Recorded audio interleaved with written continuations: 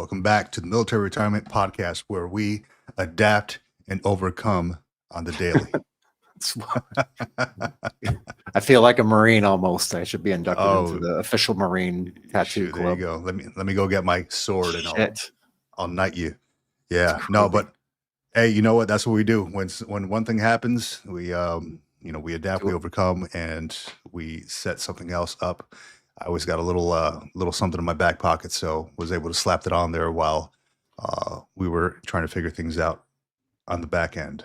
But it was a whole thing with a guest coming on, but no worries. We will pursue that stuff in the future. We have a ton more guests coming on here in the near future for everybody else to hear. But until then, you get to see our smiling faces and hear what we have to talk about this week. Yeah, that's the problem with starting to build the audience and starting to build the community. Like, I don't know about you personally, but I've been getting inbound, like tons and tons and tons of inbound, and I'm just sending them to the link, and we're trying to adjust the scheduling and make sure we don't overlap and all these kind of things. So yeah. So the channel, the podcast really is growing, and I mean, the viewership is, the podcast is, and we're getting people who are, just like John said, we're getting people who are contacting us. They want to be on the show, and vice versa. They want us to be on their show, and we just got to figure things out, because we've been doing it for a while, but the fact that people are kind of coming at us now, it's a little bit new to us. So we're getting things sorted out little by little. You learn. So we are. I'm in that E3 mindset right now. Like, I don't know, but I will figure it out. So that's where we are. Let me write it down on my notebook, and I will come back and give you some answers. That's it. So I wanna bring up something. I don't know if I can bring it up. Like, it's a photo I took, really a screenshot of a. Let me see if I can bring it up here. Got it here. Where could I? I don't even know how I can do this. Well, it's a screenshot I took of a comment that I received. Gosh, I wish I could. You should be able to share. Was it share screen or something like that? And if you get a second screen up. Let's go here. Window. Oh, here we go. Share this little guy right here. So check this out here.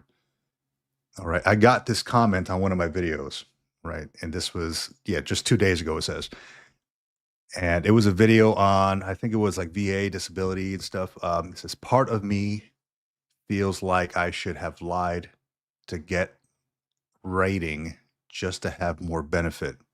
Kinda suck for the vet with no rating gets the bare minimum. And that one kind of stood out to me a little bit because I firmly believe that you get what you rate, right? There's a ton of Facebook groups out there who kind of help you with, your rating. Hey, look, what about the secondary? How can I get 100%? And there's so many people seeking 100% who may not rate 100%. You may only rate based on your conditions, 70%, 60%, 50%, whatever. Not everybody rates 100%. So please, I mean, I get what he's saying, like he's not happy with his rating, right? But what doesn't sit well with me with this comment is, don't lie about it, because that's not going to work out. Somebody's going to find out, bad karma, and you're going to get hit up. Somebody's going to say something. Hey, this guy is at the gym, freaking bench pressing, 300 pounds, and he claimed a shoulder injury, and he talks all about it online. Right. And then, we've seen the news articles on it, right? People get hit up, and then they owe back hundreds of thousands of dollars to the VA because of this. So definitely, I know he's pissed off about his rating, but definitely don't lie about your conditions, especially during the what do they call it? Those medical appointments that you have when you're going to get your VA disability. It's fine, and they always tell you, hey, look, express to the doctor how it feels. It hurts, right? Let's say you have a shoulder injury. Tell them about the worst days, right? Because right now it may not hurt, but it's going to get worse, right? And so let them know how much it actually hurts on the worst days. So sometimes you might sleep on it. It might hurt. You might wake up and it hurts like a 7 or 8, but today it feels like a 3. I personally will not go to the doctor and say, "Hey, it feels great. It feels like a 3," because they're going to mark you down as a 3. Yep. Go up and tell them, "Hey, it normally feels like a 7, and that's what I want rated." Especially if you've So, had a recent occurrence of the pain and you can kind of like bring that back into your memory of what it felt like a week ago or 2 weeks ago when it mhm, might have been at its worst. Especially with chronic back illnesses, shoulders, extremities, all those things, the heavy duty physical illnesses, like you can really, if you have those reoccurring, and that kind of backs up your story as well with the current right, medical diagnosis. If you've been to the doctor in the last week or two before you go to your CMP exam, and it was because you had a pinched nerve or whatever you had to do, that is probably the best case scenario, so that you have some recency to back up what you're saying to the doc whenever you're talking to them about your CMP stuff. So mhm. Yeah, absolutely, man. Just document all that stuff. It's even better if you have it all documented, right? no, But let me see. Let me stop sharing that one and let me go on to this other screenshot I just took. And this is coming straight from the Military Retirement Podcast. It's an mhm. anonymous post, so I don't feel like I need to black anything out on here. Let me close out this little guy. Um, there we go. Let's stop sharing and share this screen here. Window. This one's pretty good. Here we go. Says, "Hello all, I'm 22 years active Army. I will be getting looked at for promotion soon, and I'm sure I will make it Chief Warrant Officer 3, which will add about 2 to 3 years ADSO. I'm not sure what that is. Active duty. Additional duty service obligation. Okay. I plan to turn in my retirement packet next year, but numbers obviously look a lot better with more time in that rank. A major part of me wants to let this Army career go and move on. I'm having a hard time to pull the retirement trigger though. I think I know the right answer, but afraid of any regrets. What have others done or used to get their mind to just let go and forget about promotions, more money, etc., and just retire? Anyone regret not picking up the next rank if it was possible for it? When did you know it was time? Thank you for any inputs." And the community on the military retirement group has been great. I mean, I don't know how many different, there's 46 comments on it. And, just Yep. everybody giving their opinions and their 2 cents, just, just helping this person out. I don't know who this person is, right? Anonymous member posted a couple days ago. And that's completely fine. And I gave my 2 cents on there too. And I let the person know, hey, look, I was up for promotion. I was up for the next rank I was looking at was Chief Warrant Officer 4, if I would have stayed it. And, obviously I had dropped my retirement papers. They didn't consider me for that position or for that promotion. So I, the thing with me was I had a goal in mind throughout my whole career. It was 20 years, no more, no less. Right. And it ended up being 20 years and 2 months. So I failed at my goal, John. I failed, so I went over my 20-year mark. But um, looks like we lost John there. It's all right. He'll come back. But, my goal was 20 years, no more, no less. And I always kept it in my sights. So I, that was part of the reason why, because I wanted to be young enough to start a new career if I needed to, if I wanted to. And that was huge for me. And another thing was I didn't want to keep moving around, PCSing. That took such a toll. I think I told a story on here at some point in time. It was like um, when I was in Camp Lejeune, probably around 2013 or so. I had moved like 5 times in one duty station. It was terrible. I hated that, but I didn't want to put my family through that anymore. So I decided, my 20-year mark is my definite mark. So with this guy, he was having a hard time pulling the retirement trigger. Uh, and my suggestion to him was, here, let me pull it up here really quick because I know I mentioned I was looking at Chief Warrant Officer 4 before I decided to retire. My reason to retire was I had a goal all throughout my career. and I didn't deviate from that goal. My family came first, and we were tired of moving. I wanted to be young enough to see how I do at another career. And it turned out I was able to make almost twice as much as I did outside of the military as I did while in uniform. Additionally, my wife had a great job and career, and I wasn't going to change that for her just because I wanted to stay in longer because of the whole PCS thing. I'll be honest, at first I did have regrets because I missed that camaraderie, but I found that that fades away after the first year. Once I was able to find my stride and my new rhythm, I told this guy, evaluate your cost of living, your finances, your family situation, and potential work situation. Staying in the military might work best for you, or getting out and starting a new career, or not working at all may be best. We don't know. So it all depends on what your ambitions are, what your goals are after you get out. Uh, and one thing I will say is if you have debt, don't get out of the military yet. Pay off all that debt. You don't want to start a new career owing somebody else money. So that is a big, big no-no for me. And that's something that I've always spit out to, or I've always counseled my Marines on who are looking to get out of the military was if you have any debt, finish off your career and pay off all that debt before you get out. What's going on? Welcome back, John. I think we lost you there for a second. Yeah, I think my internet just I don't know. I don't know what happened. Maybe my browser, I just updated my Mac, so maybe it's the update. We don't know. All good. All good. I did want to chime in on this though. It's kind of the position that I was in when I was getting ready to get out, about the 4 or 5 year mark, and I was coming up on CW4 in the next couple of years, and I was really contemplating and thinking about it. And I also thought about the ADSO. For those who don't know what ADSO is, it's an Army thing. I think they do it in the other services too. But basically, once you make rank, then you have to stay an additional like a couple of years beyond that. I mean, you don't have to, but ideally what you do is you stay for at least 3 years so you can get that high 3 before you get out or before you decide to leave or whatever. And I thought about it really, really hard, and I turned it down really, really early because they were expecting me to go to school so that I can get frocked for the next rank and get put on the promotion list. And yeah, I decided not to. And my choice was basically I'd made a decision. I drew my line in the sand and I said, this is where I want to stop. This is going to be my last duty assignment, regardless if they throw a promotion at me or not. Even if they would have promoted me before I got out, I wouldn't have stayed the additional years.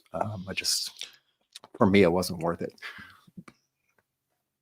Yeah, and I completely agree with that, man. It wasn't worth it for me either. I mean, I had mentioned while you had dropped off a little bit there that, but a big part of it for me was the family aspect. Like my wife had started her new job. It was like a whole full-on career, right? It was federal employment career. Excuse me. And as we know, I mean, anybody who's been, married and whose wife also works at the location where you're stationed, anytime that you have to execute PCS orders, your spouse, your significant other is going to have to find a new job unless they work remotely, unless her current job allows him or her to work remotely. They're going to have to work remotely or find a new job. And that can be an uphill battle. Like when I was stationed in Camp Lejeune, man, there was like, the jobs out there, because it's a lower cost of living, they don't pay as much as say like California or other places, right? Like the East Coast, like the Upper East Coast, they don't pay as much. So my wife had a hell of a time finding a job. She ended up becoming a teacher's assistant for the school on base, and that's fine. But that wasn't her goal. That wasn't her ambition. So once she got into that step, once she found that job that she wanted, that she really wanted, I was like, look, I'm not changing this for you. You have a goal. I'm going to follow you around now. So it was just not deviating from the ultimate goal. That's all it is. 20 years was always mine. It wasn't 30. It wasn't 15. It was 20.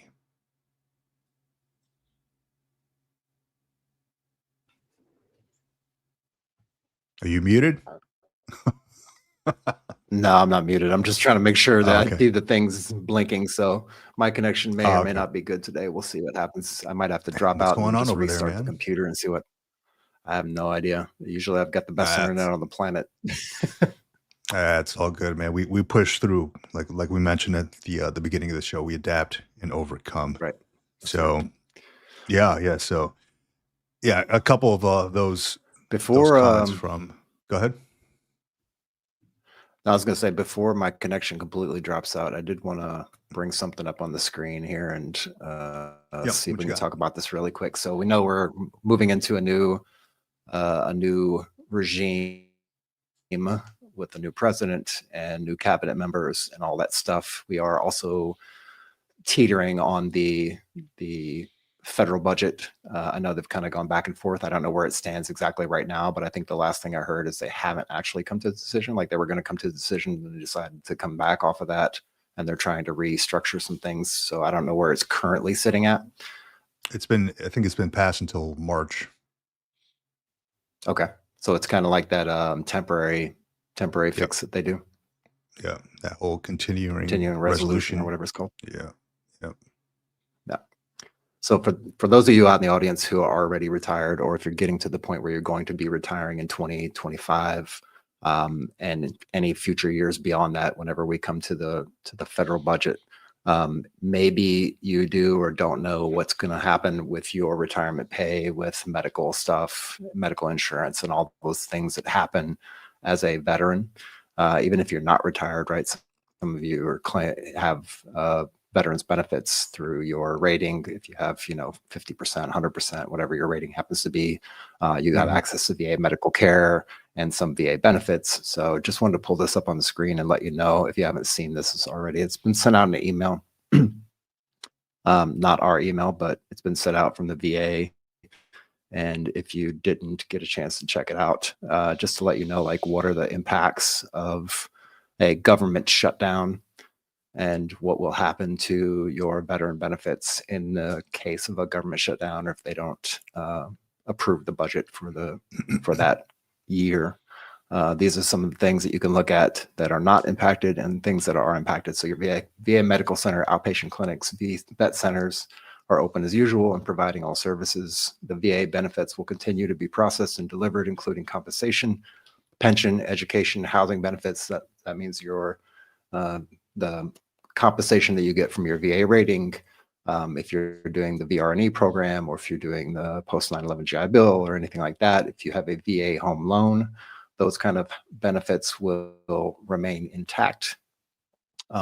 Burial will continue at the VA national cemeteries, although on the other side, it says grounds maintenance, replacement of permanent headstones at VA cemeteries are not going to be happening. Applications for pre-need burial at VA cemeteries will not be processed on the impacted side of things. The Board of Veterans Appeals will continue decisions on veterans cases. The call centers are still going to be open. Suicide prevention programs, homeless services, and caregiver support will continue. And then on the impacted side, VA will cease processing transition program assistance and career counseling. And for those of you who are doing the transition program, the TAP program to get out, you may or may not have a VA representative there to go through some of those VA things that you need to understand as you're moving out of the service. So those things will be affected. Some of the call centers will be affected. VA benefits regional offices will be closed. Public affairs and outreach will cease, including social media, vet resource emails, and responses to press inquiries.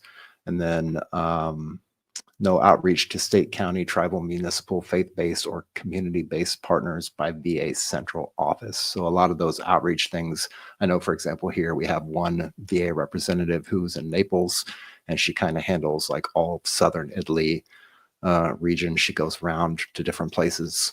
And if there's a government shutdown and there's kind of a furlough for government workers, then that will definitely impact those kind of things. So just to let you know. Yeah. So I'm glad you scrolled down on that, because I did have a question.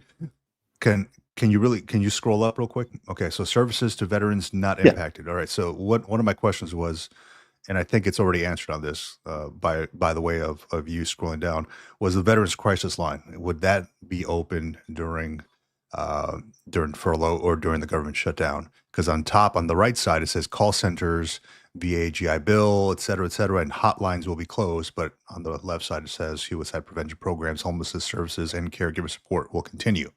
I assume that that Yep. also includes the Veterans Crisis Line, which is 988, and that would be up and running. But I mean, I've not encountered a That's what government it's shutdown before.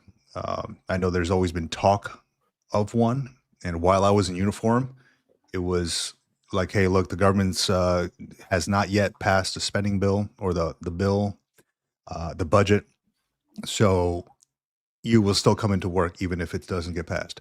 That was our direction, Yep. and that, as leaders, we have to give that to the Marines too, because many times we were seeing this stuff on social media. I mean, I saw it for firsthand on social media, like, "Oh, they ain't paying me, I ain't coming into work," right? Hey, Right. Marine, that's not how it works. You don't come into work. And I addressed it during like a Friday, a safety brief and stuff. I'm like, "Hey, look, government shutdown, blah blah. We should hear by midnight tonight. However, that doesn't mean you don't come into work on Monday.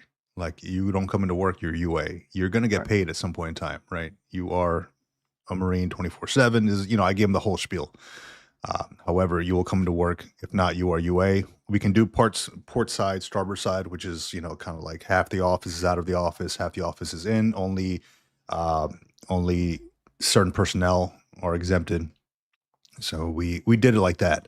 But it was funny how that worked out. People were like, "Hey, I'm not coming into work, man. They're not paying me." I'm like, "Well, I mean, you're gonna get your pay, dude. I mean, so what does that mean? Are you gonna give Right. back the money after? No, but when I went through Yeah. just now, so And I I can just give got her. hired on as a government employee, as a GS, and we were told, like, if Mhm. there's the government shutdown, like, we were told, watch the news, because if there is a government shutdown, government employees cannot do any work. And I was a little surprised that I'm like, I'm still onboarding. I'm still in my first week. I'm still doing training. Does that mean I don't do any of that? Like, I mean, I don't have access to a computer yet. All I can do is my online training. But I was instructed, like, if we go through a government shutdown, there's no budget passed, zero work gets done. I'm like, wow. Well, that's news to me. Like, nobody. There's like one or two that are coming in to do something. They'll get paid on the back end, but aside from that, I was told not to do anything. No training, nothing.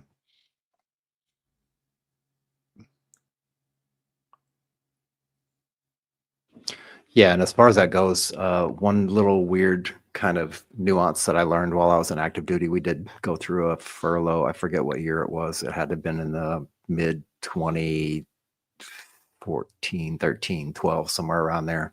I think there Yep. was a furlough that happened in that time frame, I'm pretty sure. And yeah, so our civilians went home. They weren't in the office. It was mainly just the people in uniform that were there. And one thing I did notice when they did the shutdown, because they cut off some active duty checks as well, right? But one Mhm. thing they did not touch was my allotments that I had set up. So generally speaking, when I was in active duty, I generally had 80% of my check kind of allotted to a second bank account. That's where it went. Right. And then the rest of it was just like whatever came into the other bank account, the primary direct deposit bank account. So the majority of my check was set up as allotment to begin with, and then whatever other 2 or 3 small allotments that I had, and then whatever was left over came into my direct deposit. The allotments weren't touched. So even though they weren't paying me technically, the allotment of the 80% of my check still hit the bank at that particular point in time. So that was kind of an interesting, weird nuance thing. I don't know if that's still the case today, but that's one thing that I noticed when I was on active duty when we did go through a furlough. Yeah. Let me see here. I'm looking up some stuff. I know they did just passed an increase for pay raises. Let me see. Where the heck did I see this thing? First Command? No. U.S. Department of Retirement, cost of living. Have you seen anything on the pay raises? I saw something on it. I'm trying to find the link to it. December 2024. It might be here on DFAS, but apparently pay raises were just passed for, or at least the COLA side of it, for military retirees. Let me see. It says fiscal year 2025 memorandum. Okay, that doesn't give me much. Yeah, actually, it does give me much. So let me bring this up to the screen here really quick. Yeah, I know the disability payments went up 2.5%, and that already took effect. So I think that took effect for the month of December, or maybe it's January, but that already took effect. So the COLA increase, it says should be about the same amount, but you might have better information on that than I. Yeah, so this one's 2025 adjustments for retired retainer pay, survivor annuities, and premiums. COLAs for retired pay. The retired pay COLA for those who first became members of the uniformed service before September 1980 is specified. Okay, I'm not one of those. After 1980, all right, including those members covered. So this is where we talked about the COLA trap before, right? Your retirement was effective on this day. So this is what your increase is going to be. So my retirement was effective before this date, so it should be the 22.5%. And I think the COLA trap that we talk about, it doesn't go on for life. I think it's just maybe the 1 year, because the year before I was in the October range and it would have been 0, but now I'm in the top range before January 1st, 2024. Now it's 2.5%. So I think it only affects you for like a year. Interesting. Well, now I don't feel so bad about retirement. I mean, I retired in the last quarter, just like you, like in November. Yeah. And I thought it was going to be like a continuing thing. Like I'm never going to get a pay raise, right? Like I'm the way I understood it was it's always going to be 0%. And it's not like that. Now I get the 2.5% because I retired before January 1st, 2024. So it's only if you really retire October 1st to December 31st, 2024, 0.0%. That's actually something I'm going to share on the military retirement group as well. Because I know there's a lot of questions about people coming up on their retirement time and they just don't know. So, I mean, what is it? Prior to 1980, it doesn't really affect any of them, but it really does affect these folks here. They almost get nothing. So July through December is probably if you have a choice of when you're going to retire, which you should, maybe try not to retire around these months. I think the best time to retire is January to March. I think March, they said, is the best time to retire, according to that COLA trap paper. We've had a few questions in the military retirement group on Facebook about that. And I think a lot of the same conclusions, like go back and read the COLA trap paper, but also understand, like, as you mentioned, it might only affect you for the first year. And then after that, the increases should come. I don't know if those increases vary between people after that first year or not, but. Mm-hmm. So there's also an increase in SBP. Those who do have or do contribute to SBP. So if folks are out there who are retiring, so SBP is at least the way it was explained to me, it's an automatic. You actually have to sign out of it, or what's the word I'm looking for? If you don't want it, you have to opt out. Exactly. Thank you. So if not, it's continuous. So if you look at here, there's an increase in SBP as well for 2025. The previous amounts with respect to which the 2.5% factor of the SBP premium cost formula will apply effective January or December 1st, 2024, et cetera, et cetera. The DFAS will perform necessary calculations, et cetera. The amount with respect to which the 2.5% factor of the SBP premium cost is applied will be increased 4.5% effective January 1st, 2025, from 1,011 to 1,056. The threshold premium is $26.40. Therefore, the low-cost threshold premium is $26.40 plus 10% of the difference between the retired pay and the threshold amount. The break-even base amount is $2,262.86. Look, John, I'll be honest, man, that's a lot of numbers thrown at me, dude. I don't know. And John's off the he's off the podcast right now. However, there is a lot of numbers being thrown around here. I just know this. I have SPP. It's going to be increased. So I'm looking for, other forms of insurances and life insurance policies and stuff. So potentially getting rid of SPP. However, just know that that thing is going to continue to increase as everything is in our economy. So just be aware of that. So going back to this, yes, retired COLA has been submitted. This is for 2025. Where is it here? 2025 adjustments for retired and retainer pay. This is what we were talking about with the COLA trap. So if you do decide to retire around October to December, you're not going to get an increase. If you intend to retire July to September, 0.2% increase. I personally retired last year, December 1st, 2023. That means I retired before January 1st, 2024. I'm going to see a 2.5 increase in COLA in my retirement pay. So just be aware that your retirement pay will go up and will continue to increase over time. So that COLA trap does not last forever. But good information to know. And if you're not part of the military retirement group, I think we do have links. Where is it? Where am I pointing? That way over there on the top of the screen, military retirement group on Facebook. Please consider becoming a member. It's completely free. There's a good group of folks as part of those members. I think we're at like 2,400 strong in that group, and people are really, it's just a group of veterans and military retirees, and people are really willing to help each other out and talk through issues.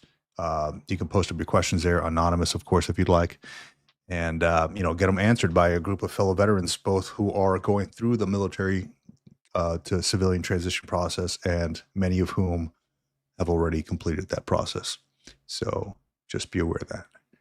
Let's get on to the next thing, unless anybody else has questions on this stuff. Let me share this one, and I did a live stream on the Green Logbook. If you haven't heard of the Green Logbook, that's my own personal YouTube channel. And I'm going to bring this up to the screen because this one was pretty good.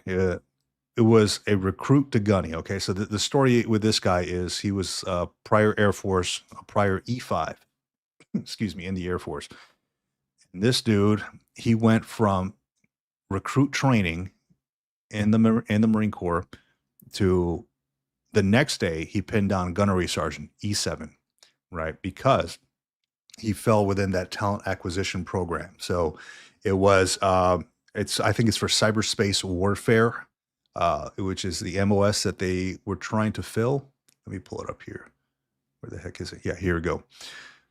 Yeah, cyberspace warfare. So the idea with that is it's hard for the services to retain good talent in these special MOSs, right? So in order to retain or bring in good talent, they have this talent acquisition program. So essentially, this guy, it was funny the way I heard it worded online on Facebook. It was like, yeah, from one day to the next, he went from a recruit to outranking his drill instructors. And I thought that was hilarious. Like, then they have to call him Gunny, and he doesn't have to call him yes drill instructor, no drill instructor anymore. Of course, he could if you want to. But he was very humble. And if you read the story on Military Times or the Marine Times, he was very humble in how he took that approach. He gave the drill instructors the respect that they deserved. But it was funny because it was on December 20th, he just finished recruit training. And, he pinned on E7. So my question to the military community, especially the Marine Corps community, was how, for E7 especially out there, who have gone from, E1, E2, all the way through the ranks, worked their way up through the ranks. How do they feel about that? Like, hey, you got this guy who was just an E5 yesterday, or really E5, and then a recruit yesterday. He went through recruit training. He became an E7 overnight. How do they feel about that? Are they going to give him the respect he deserves? It's an E7. because as an E6, you go through things. So it's like an initiation process, right? In the Marine Corps, as an E6, you are now kind of like that middle leader, right? You're not yet a senior leader like a first sergeant, sergeant major. You are being, I guess, introduced to senior leadership as a staff NCO. So going from an NCO, a sergeant, to a staff sergeant is a really big deal in the Marine Corps, as I'm sure it is in many other branches. Like I know the Navy really holds that chief rank to high standard. So this dude, he basically bypassed like the staff academy. Now he's probably going to go to the advanced course, which is required for gunnery sergeants to move up to the next rank, to master sergeant or first sergeant. So I wonder how he's going to be looked at in the ranks in the Marine Corps. But very cool though, and I'm curious, John, to hear your take on this, because they're trying to fill in this talent gap in the Marine Corps. How do you feel about taking somebody who is knowledgeable in that MOS and who happened to be an E5 and then overnight becomes an E7 just to fill that gap? Yeah, especially when it comes to the cyber, like the cyber core and that whole realm of cyber across the forces, not just in the Marines, but in the Army Mhm. and the Navy and the Air Force. The problem is these folks that have this cyber skill set, they can get out and they can make 6 figures, 7 figures, you know what I'm saying? They can make a lot of money on the outside Oh, just absolutely. off the bat. So that's the whole issue. And that's been the issue since we stood up the cyber core in the Army back in 2010, I guess. And it's just Mhm. kind of been building from there, or maybe that was the Space Force, one of those two. Anyways, it's definitely recent, within the last 10 years, um, the actual official cyber core. And so the issue becomes trying to recruit folks to get them into these positions for cyber and train them up. And usually if you're training somebody from zero to proficient, you're looking at anywhere from 6 to 18 months of training. So you're going through an initial phase of training for your, let's say, your basic training, your AIT. And then after the AIT, you've got these kind of core routes that you take for cyber training that can last anywhere from 6 to 18 months total, from basic training to end state. And that's not really the end state, because cyber is continually just evolving, so you have to continually keep up with the training. So I don't really see it as an issue, because of the fact that one way or another they're going to have to compensate these folks in a way to keep them. And I don't know if this is actually going to do the trick. Maybe initially for the first, let's say, 3 or 4 or 5 years. But after that, then you're going to have folks that are still, again, looking to the outside world. And if they're making 70K in the military, and they can go outside and make 200K, like it's a no brainer in a lot of Yeah. cases, right? Yeah, that was a big deal, especially when I was in. It was retention of good quality folks, and I recall having so many great Marines working for me, and a lot of them wanted to get out. Yep. Because Marine Corps life is a hard life. It really is. I mean, you get the last piece of the budget, the last piece of the finances. We're working with old equipment a lot of the times. At Yep. least if you're not like on the front lines or anything like that, you're working with some reused equipment. Um, so we don't get we make do with what we have, and it was kind of a hard life, with if you may not have great leadership, that might drive you to get out. You may not want to stick around. You may see that the grass is greener on the other side, just like you mentioned, and you may be able to potentially get more money on the outside. Yeah. So retention was tough. It really was, and I lost so many good Marines because of that. Oh, I can make 6 figures versus making whatever a sergeant made at the time. 40,000, 50,000, whatever, plus BAH and all that. The thing that sells it to these folks, and what I sat down with a lot of them because they would ask me questions, especially as I was going through the whole retirement process. Like, sir, do you think I'm making the right choice in getting out? I'm like, you really need to evaluate your situation, man. If Yep. you owe debts, pay off those debts. I would probably extend until those debts are paid off. You don't want to start a second life owing somebody else money, but really evaluate your situation. Okay. For me personally, the Marine Corps life was not that bad. only because I knew it's almost like I knew how to play the game, right? Right. I knew my orders, I knew my regulations, I knew who I can talk to, who I couldn't, how I should talk to people. I knew all the ins and outs of a lot of stuff. I was kind of I drank the Kool-Aid regarding all that, and so to speak. But it wasn't that hard for me. Yep. It really wasn't. I knew how to navigate it effectively for myself. But for some folks, they're like, no, F this, they didn't like the leadership. They didn't like the training. They didn't like the fact that they had to get weighed in and PFTs. And that's all part of the lifestyle. Yep. So if it really affects these folks, I'm like, hey, you might want to get out then, start looking at other avenues, but understand that all these other benefits you get, like health insurance and BAH, those are going to be completely done once you get out. And you're not even going to get a paycheck, like a retirement paycheck, unless you hit this Right. 20-year mark or 15 years for Terra. So it was a little tough, but they needed an eye opening, like a kick in the ass, so to speak. But Yeah, I saw it yeah, on the reserve side, like when I first got exposed to cyber on the reserve side, as an AGR, and I was in Boston at the time. So it was, if you haven't heard me say it before, it was one of the units that I went to, and it was really unique because every single person in the room, from the lowest ranking private all the way up to the colonel, were yeah, super, super smart people, like really, really smart, educated. You got to be smart to do cyber and signal stuff in a lot of hmm, cases. And I saw it there heavily because of the fact that, yeah, we're in Boston. In Boston, the jobs are paying 2 and 3 times more what they would in any other part of the country. yeah, So these guys are working at, like, big health firms and big medical, like hospitals and stuff like that, working for Northrop Grumman and like some of these big companies out there, BAE and those kind of things. And yeah, they're pulling in a ton of money and doing the reserve stuff on the side to, I guess, hmm, continue to hone their skills. But at some point, a lot of them were like, you know what, I just can't deal with all this military nonsense. yeah, Um, but I see it as well as a kind of contrast. Like we have a thing in the Army called high school to flight school, where we hmm, take high school graduates, we recruit them based on their aptitude tests, and we allow them to sign up to become warrant officer pilots in the Army, right? So they basically go okay, through an intensive 6 weeks of training versus the 30 or 28 days that we do as a warrant officer coming from an enlisted to going to warrant officer. There's like a 28, 30-day thing that we do. They do yep, about 6 to 8 weeks total. right, And so they basically come straight, fresh off the block, come in to do this 6 to 8 week training. And then after that, they do their pilot training, which is another year and a half after that. And then after that, they're hmm, flying Blackhawks and Chinooks and like all these different things, right? damn, At the age of 18, 19, 20, right? So they do that in the Army for that particular MOS.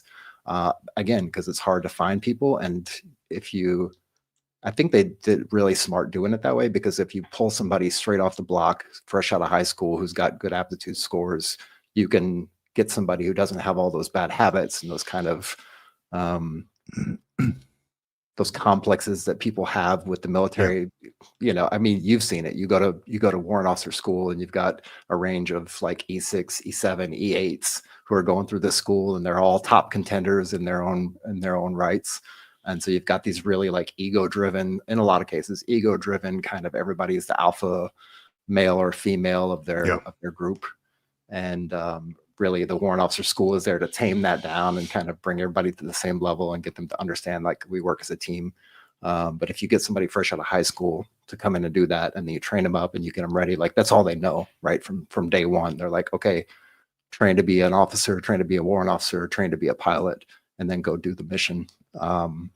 In that particular case, I think it makes a whole lot of sense, and it saves the Army at least a ton of money trying to figure out if people have the right vision, and if they've met the age requirements and like all that stuff that you have to do in order to just be a pilot in that case. yeah. I didn't know that they allowed like 18-year-olds to be pilots. 18, Yep, 19-year-olds. That is a lot of trust and confidence in some young it is. folks. I mean, Um, that's hauling other people and supplies and stuff, and maybe I don't know, maybe not in a wartime environment, but just there might be a lot of training hours that go involved with that, but they're still flying right at Yep. that early age. I mean, shit, what was I doing at an 18, 19-year-old? It wasn't flying a Not helicopter. flying a Black Hawk. No, definitely not, you know. Oh gosh, that's funny. That's funny. But no, that's yeah, great points you bring up, man. Great points. Yeah, just to fill in a lot of these much needed MOSs. And it's been a struggle. I know the Marine Corps has been like hitting their mark, and a lot of the other services have had a little bit of a struggle with that. And it's funny because when I reenlisted at one point, there wasn't any. I recall a buddy of mine receiving like an $80,000 enlistment or a bonus or something, and he was Yep. Army. And he asked me about mine. I was like, I reenlisted. I didn't get anything. He's like, dude, Right. what? It's like I just got 80,000. And he was taking a trip here. After taxes, it's not 80,000, but I mean, Right. that's what they sell you on. Oh, you can get an $80,000 bonus. Oh man, your eyes open up. You see the freaking, you're all wide-eyed, bushy-tailed, and all that. But I'm like, yeah, I didn't get anything. I just, wanted to continue being a Marine. That's it. And he's like, you're a fool, dude. I'm like, well, that's what it is, dude. I just wanted to continue being a Marine. That's it. I just wanted to see what this game was about. I like what I was doing. I enjoyed the people around me, and that was good enough for me. So that Yep. was my bonus. That was my bonus. So Yeah, yeah, there are some of these folks get the bonuses while they're deployed, right? They do their reenlistment and deployed bonus. those are is tax-free. non-taxable, right? Yeah, Exactly. non-taxable. Yeah. Yep. Shoot. So I think the first time when I deployed, no, I didn't reenlist when I was deployed. I got promoted when I was deployed. I can't remember when I reenlisted, but I think it was like the first time I reenlisted, I got like a measly, it was like $5,000 bonus, but it came out to like half of that, like two grand, 25 grand or something, or 2,500. Whatever. I took it, whatever. I put it in my savings account. It's probably still in there. Who knows? Dang, man. Yeah. So let me see here. We got some good stuff. Some good updates on the military retirement group. If anybody out there listening, if you have not joined that group, the military retirement group, I would urge you to do so. Just a great group of folks who are there to help each other out. We just shared a couple of comments from the military retirement group on there, and from anonymous people, of course, and that posted just trying to get good information on what to do in their next step and next journey in life. And we're all there. You've been there and you're in that group, or you're going through it, the whole veteran and retirement process. So just a whole lot of folks who are happy to share good information on there. See what I can bring up here. How do we break things? Are you breaking stuff over there? Trying not to. Dang. Tinkering with stuff. So I did want to, I'm a member of a few Facebook groups, as I mentioned, and one of them is, I forgot the name of it, but it's like a federal government jobs group. And there's a lot of talk about like, hey, what's it look like going from, military to a DoD contractor to a GS employee. And I responded to it. I was trying to find it here. I can't recall where the hell I put it, but because I've gone through that exact transition, from military, 20 years in the Marine Corps, to becoming a DoD contractor, to now a GS employee as of last week. So all that whole GS employee world is completely new to me. But I will tell you, there are significant differences, from each one. Going from the uniformed services, you're part of a team. You get checked up on all the time. There's accountability. There's formations, because people in leadership positions need to know where their people are, essentially, right? So when I became a DoD contractor, it was completely different from any of that stuff, right? So it almost felt like, if you ever seen like the movie Anaconda, when they go out there and they have the mercenaries with them, and they're not really part of the team, but they're there for the money, so they're just like going buck wild on things, right? That's almost what it felt like. You're just there for the money. You're not really part of a team, right? So you are part of a section and you're just completing tasks for that section. But and I'll tell you a quick story that made me feel like I was like an outsider. Okay, I was in line. We had a like a burger burn or whatever they call it, right? It was they were doing like a barbecue outside in the courtyard. And I go out there, I get in line, I'm talking to the other people, both, GS employees, contractors, just a whole mix of people. And it said it was like $10 for a hamburger, a cheeseburger with chips and a drink, a pickle or something. And I get in line, I was like, man, I'm hungry. It's lunchtime. And I get up to the front and I'm wearing this one of these things around my neck, this little name tag thing around my neck. Yep. So ID I'm card wearing holder. that. Yeah. And I walk up to the place to the guy, I had my burger and stuff in my hand, and I go to pay, and the guy looks at my tag and he's like, "Oh, sir, you're a DoD or you're a contractor. Your price is actually different. It's like it's actually $15 versus the $10." And I'm like, "The fuck? What?" So I'm like, "Why?" He's like, "Oh, I don't know, sir. It's what was passed to us by the SGA, something ethics wise or something." I'm Nice. like, "Well," and I'm thinking to myself, like, I might need to talk to the SGA. I'm like, I worked at the military. I used to be the SJ. Yeah, exactly. Right. I worked in these offices before. I might need to talk to this person. Yeah. But, I ended up paying the thing and I just moved on. I didn't make a big fuss out of it.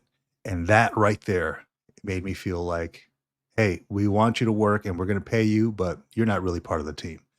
So when they were talking about the whole Christmas party, this is before I got my, my acceptance to the GS position. Yeah. There was all talk about this, and I'm like, "Hey, where's the Christmas party?" Like what? The email wasn't sent my way, and they're like, "Oh yeah, yeah, contractors aren't invited." I'm like, Uh, "Damn," you know. yep. I'm like, "You guys, like, you're really there just to complete a job, a task, and that's it." And dude, the when I went, so you had the contracting officer, right, who was in charge of like the program and all that stuff Yep. when you get hired. I went and knocked on the door, and I'm like, "Hey, excuse me." So I was just assigned this new task, right? Something completely different than anything I've ever done, but I was willing to learn, more than willing to learn, just something to add to my pack. I'm like, but I was never provided with my actual position description. Hmm. So I'm like, "Hey, can I get my position description?" Like I was never provided with that stuff. It was just like whatever was on the job announcement, Yep. but things are always changing. I'm like, "Is there like a position description I should see?"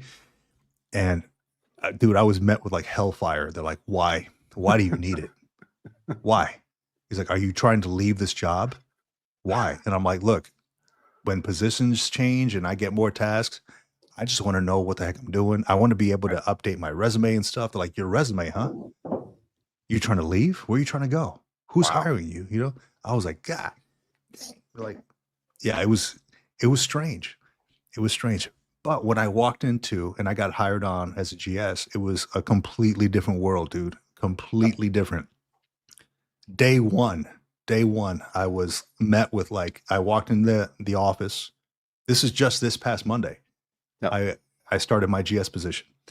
I walked into the office. I wore a suit because I didn't really know. I don't know what you wear to these things, right? So I figured a safe bet is to wear a suit. So I wore my suit and I walked in and everybody's commenting like, "Oh, nice suit, man, nice suit." I'm in a supervisory position, so I figured, got to play the game, wear the suit. And dude, I was met with open arms, man. I really was. All the other supervisors are like, "Hey, welcome to the team. Great to meet you. Blah blah blah. You're going to be in charge of this. Oh, that's great. Blah blah. Let me walk you around, give you a tour of the office. Let me walk you around. Introduce you to all these people." It felt great, man. I was that first week. I think it was Wednesday, Thursday. They had a potluck. I brought some cinnamon buns, and we baked them in the morning. Uh, and it was like, yeah, just going around being introduced to other people. Hey, welcome. It was complete night and day, man, from being a DoD contractor. It really was. It doesn't feel like you're there for the money. It feels like you're actually part of the team. And that is something that I was so used to it when I was in the military. I went through this year of like, hey, just being a freaking mercenary, just there for the money. And then back on a team. Yeah. And it felt so good. It really did, man. I can't explain it, but it felt so good. Yeah, my time as a contractor, I used to call it third class citizen because I was in Europe whenever I was contracting, and Yeah. of course, we had ID card and everything else, but Mhm. you don't get all those like SOFA benefits and all that stuff that you normally get as a GS civilian if you're hired on from the States and brought over. I Right. literally felt like a third class citizen in a lot of Mm. cases. Like come on the base and they're giving you a hassle about getting on the base and your vehicle registration, like all this kind of different stuff. I'm curious to know though, the warm welcome you received. Is it because of the fact that you're at a higher level GS grade, or is it because you're a GS, part of a GS community? I think it's a little bit of both. So, of course, they wanted to introduce me to the other supervisory folks, the other team members. And so my team is kind of scattered across the country, right? So Okay. a lot of them are on telework, not remote, right? Because they're attached to certain bases, but a lot of them are, teleworking. But I was brought into the conference room. I met with, the GS-15s. There's several GS-15s. I was able to meet with them. I was able to meet with a couple of folks with my team there who actually worked for me at that site location where I'm at. I think it's a little bit of both, man, to be honest. You're supervisory, so they want to introduce you to all the other supervisors, just kind of make connections and network and stuff. But a lot of it too was I was approached um, by one of my team members, so somebody who works for me. And the first thing they said was, "I'm so glad that you're here. Thank you for," I'm like, "What the hell am I walking into? Like, why is everything like fucked up or what?" Yeah. I'm like, "I'm so glad that you're here." I'm like, "Oh, okay." They're like, "Oh yeah, we've been waiting for you to come on deck. We heard that you got hired, so we just been waiting." And I'm wondering, like, what am I walking into? But the thing is, I welcome a challenge. Like, I like to know that I'm part of a team and what I'm doing has a meaning and a purpose behind it, that I'm making some kind of a change, you know? Yep. That's how I work best. And I think that was a part of it. I was like, okay, well, she's saying that there's a lot of work here.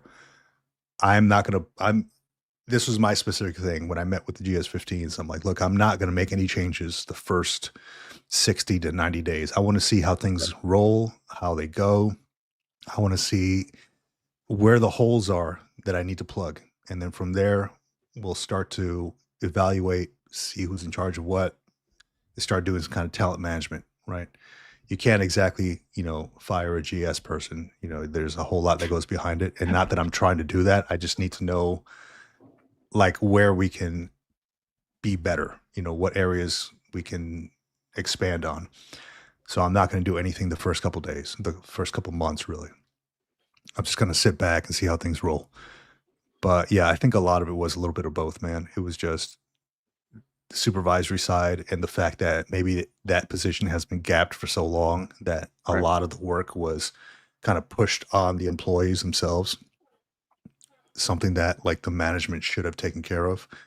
And as I understand it, there was people who were dual-hatted as well. So I know that they were Mhm. waiting to hire somebody.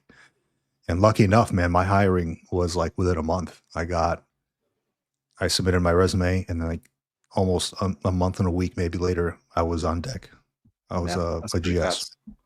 Yeah, and everybody was like, for my old job, they're like, "Oh yeah, it's going to take a few months." Blah blah blah. I'm Yep. like, "Damn!" They brought me in like 4 or 5 weeks. It was amazing. Yeah. Yeah, I kind of got that same kind of welcome when I jumped onto this position that I'm in, and mine's a NAF position, so it's a Mhm, non-appropriated funds. mhm, Um, I'll throw it out there for people. Like, there's different grades and different. Like, GS is one thing, NAF is another thing, contracting is another thing. Like, depending on what you want to do and how you want to do it, if you mhm, come off of active duty service and you really want to kind of just like ease your way back in, or if you've been doing like this high level, um, E8, E9, W3, W4, lieutenant colonel kind of stuff for the last 20 or 25 or 30 years. And you want to just take a break and just do some blue collar stuff. And the money issue, again, as you mentioned before, like if you've got financial debt that you have looming over you, maybe you want to kind of extend to get that stuff paid off if you can. If you've got a plan in place and you think you can knock it out in a year or two, just extend and then get out after that. But if you want to take like a break and step back and still be part of the community at large, I feel like that's what I've kind of stepped into in this position that I'm in as well. It's a supervisory position as well. It's been vacant for quite some time, so I got the same kind of welcome. They were like, "Oh yeah, thanks for, like, we're happy to see you. We're really happy to have you on board." Everybody's kind of just reaching out and showing support and giving me support and coming to me. I mean, of course, I'm meeting people and trying to make friends and make connections with people in the community, but also people are coming to me as well, trying to help out as much as they can. And it's really been super, super supportive. And like I said, it's not everybody's cup of tea. Like, blue collar work is not everybody's cup of tea. But for me personally, like, I've been doing the admin stuff and the high level, high ranking stuff for a long time. And it's a really nice breath of fresh air. Like, it really is. I'm sure you fully enjoy what you're doing.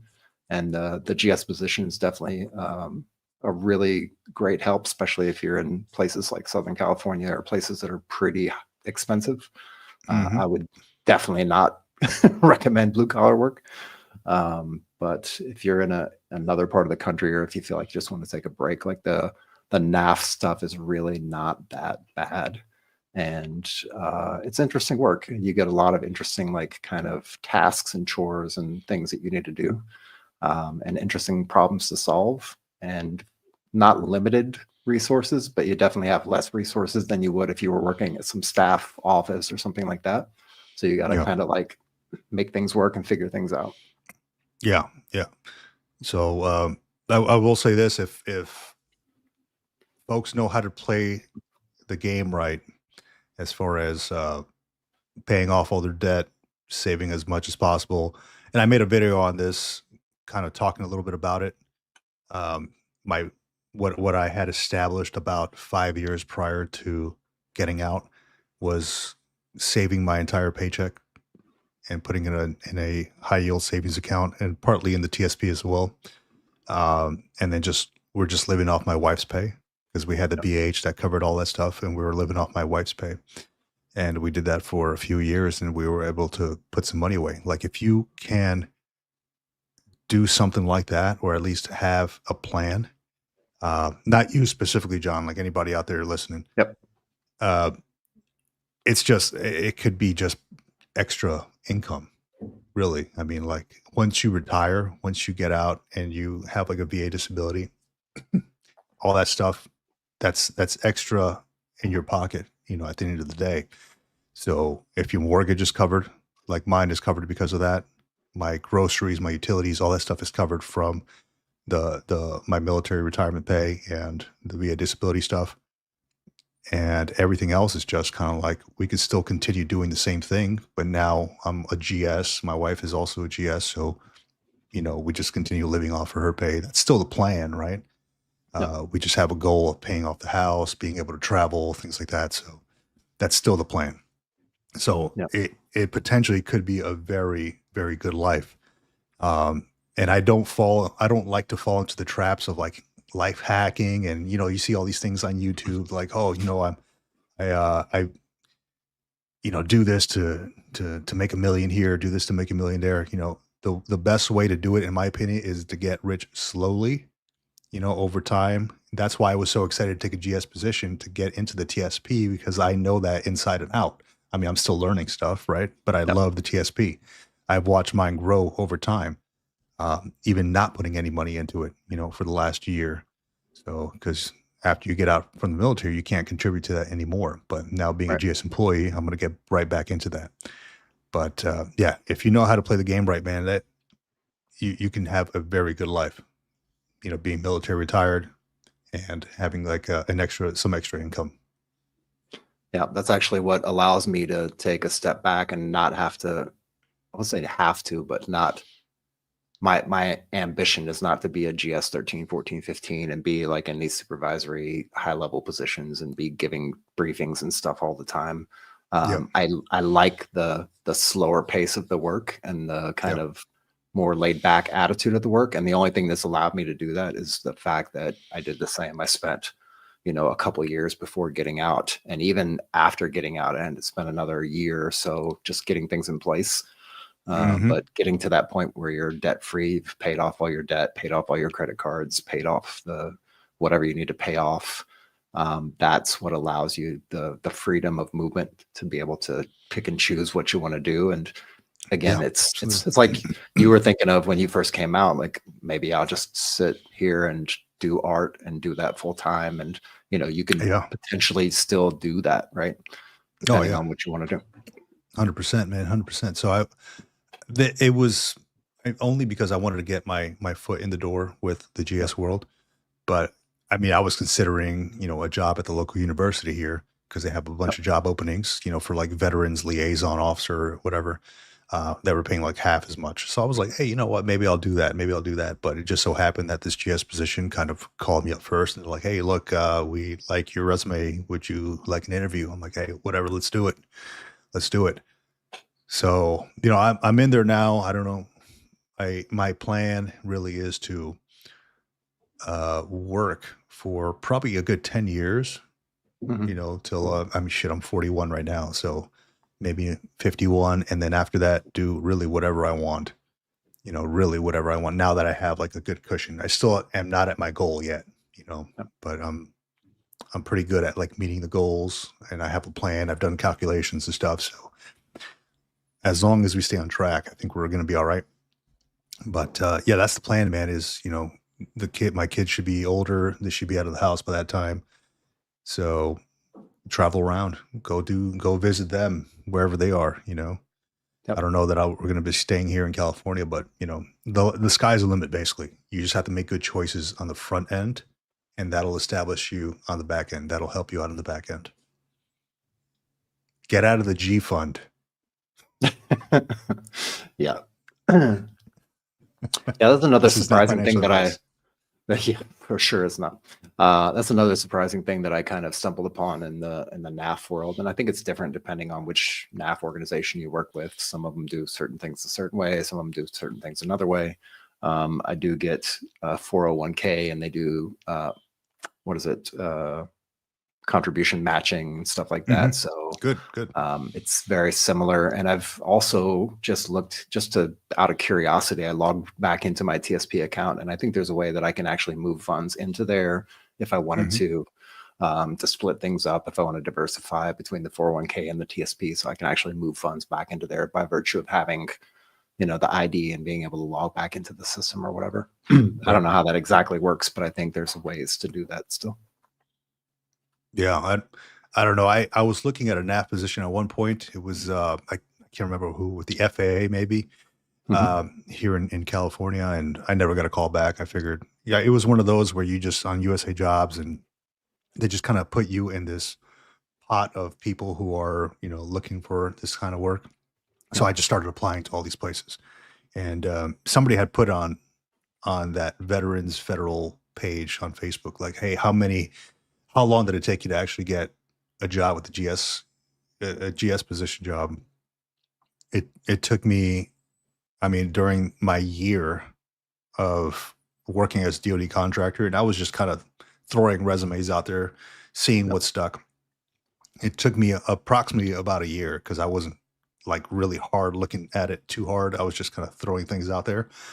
But about 85 resumes later, so Yep. I'd say 75 to 85 resumes later. Some of them I just didn't take the after. I guess you got to take a test after in USA Jobs. Mhm. When it asked me to do that, I'm like, I don't really want this job bad enough. I'm not going to do the damn test. So how bad do I really want this? Not Yeah. enough to sit here for 10 minutes and take a test. I'll let Yeah. it go.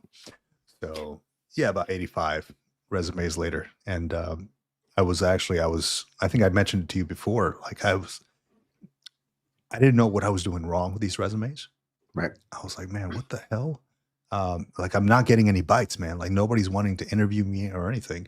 And I sat down with somebody at my old job who knew all about it. They're like, yeah, you got to look at this, open up this pub. It has to match up with this according to this, and then put that on your resume and do the next resume. I said literally the next resume I sent after that was the one that landed me this GS-13 position. So I was like, oh shit, something's happening here.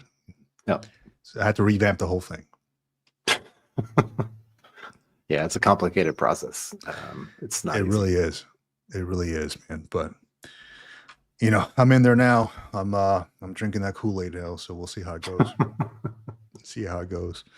I wanted to ask you, man, any plans for the holidays?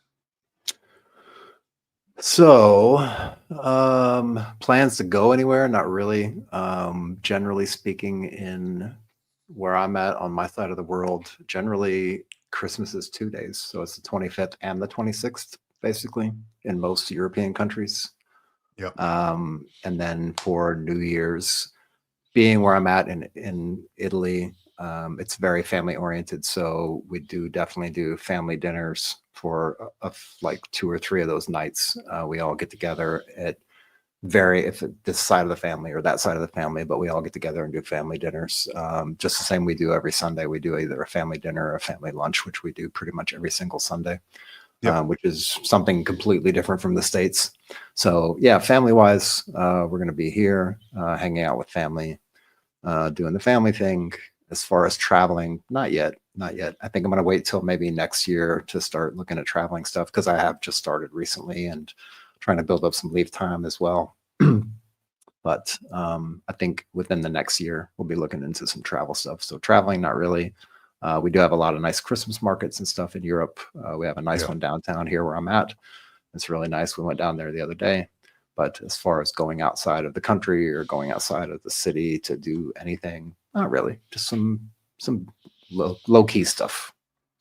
Very nice. Very nice. Yeah, you guys have some good stuff out there, man. Like I've been to Italy. I've seen pictures of the Christmas markets in Germany and stuff. I mean, those it beats what we got here in the States, man. Like Yeah. there's always like the city centers, and like it's very walkable. I mean, you got to go to like a shopping center for it to be walkable like that. It's at least out here. Very cool, man. Let me actually let me see if I can throw this on screen without breaking things. Come on, come on, you can do it. Sure. You can do it. You can do it. So this is Something's happening. Yeah, Frankfurt. There you go. Yeah, there's a Christmas market. This is in Frankfurt in Germany, of course. Germany has some of the best Christmas markets, but you get a lot of cool stuff, and you get to drink Glühwein, which is like a hot wine cider mixed with a bunch of fruits. Yeah. Very, very potent and very good on a very cold evening walking around Christmas market. But yeah, that's kind of what the Christmas markets look like here. It's a lot of tents, a lot of things set up. They have a lot of food. This one in Frankfurt is really good. I've been there many, many, many times. But yeah, if you ever get a chance to come over and see the Christmas markets at Christmas time, it's a good time to come. Really good time. Yeah. Hell yeah. Yeah. I might have to check that out at some point in time. Yeah, we're just sticking around here for Christmas. I mean, we got our Christmas tree set up, a bunch of gifts down there. My youngest son is always counting how many gifts there are randomly, so just making sure that he knows who's getting what. But no, yeah, we're going to be spending it here in Southern California. Flying to Florida here in a few weeks, so that'll be fun. Just to visit some family out there. That's it. Yep. And then later on in the year, so my wife has been bugging me about taking an international trip. We usually take a trip somewhere around the world every year. Okay, this in 2023, in 2024, we went to Costa Rica. That's when we had that time off, and I couldn't really get on there. Yep. Went to Costa Rica with the family. It was a freaking great time. Anybody who's on the fence about going to Costa Rica, go. I mean, it's not that expensive. Go. You can get a hotel or an Airbnb right next to the volcano. It's not an active volcano, but it is awesome to see it like right outside your window. It's amazing. Yep. Yeah. So, but this year we're going to go to Portugal. So I already bought the tickets. We're going to go Lisbon. We're going to go to Porto, Madeira. So yeah, super excited about that. I've never been to Portugal. My Duolingo is ringing off the hook with my my Portuguese. So almost similar to Spanish. I can speak fluent Spanish. I can't speak Portuguese, and it's kind of like I can understand some of it. but it's not the same. It's not the same. I No. could probably understand Italian as much as I understand Portuguese. I can pick up a couple words here and there, similar, those Latin root languages, but it's not entirely the same. So I'm having to learn all that stuff because I do like to kind of go out there and mingle like with locals. There was Yep. actually a good what was it on the Daily? I don't know if you listen to the Daily. I don't. It's by New York Times. So they had a good one. I'm a big fan of Rick Steves, right? Rick Steves, a travel Okay. guy. Mhm. So they had him on the podcast, and he talked about traveling all that, and he mentioned like don't go out there don't travel just to take photos for social media.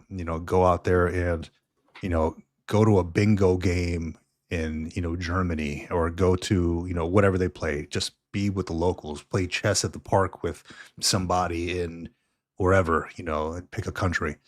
Go out there and be amongst the locals, because people like that. Live how they live, and don't think that because you're from America going to visit them that they should conform to your standards. You need to Right. conform to the local standards out there.